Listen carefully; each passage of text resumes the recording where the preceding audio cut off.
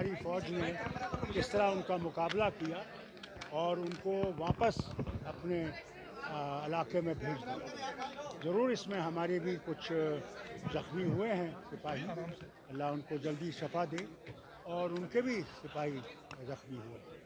हम उम्मीद करेंगे कि ये जो हो रहा है ये बंद हो जाए और बातचीत से इस मामले को हल किया जाए। देखिए, वो तो सब लोग चाहते हैं चर्चा होनी चाहिए, मगर ये सरकार तक है कि वो चर्चा करेंगे या नहीं। हम लोगों ने तो मांग की है कि चर्चा होनी चाहिए। आप इस मुद्दे पर सरकार के साथ हैं? किस बारे में बोले?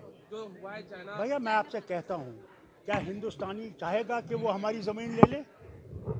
अजीब सवाल पूछ रहे हैं आप। सवाल पूछने का भी कोई तरीका होता है? क्या हम समझते हैं हम हिंदुस्तानी नहीं हैं?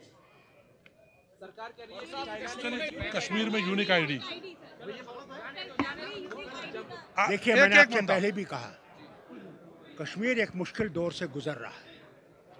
आतंकवाद भी है, लोगों की हुकूमत नहीं है, ब्यूरोक्रेटिक हुकूमत है। इसमें मैं क्या कह सकता? लोगों की हुकूमत होती तो मैं जवाब दे सकता था।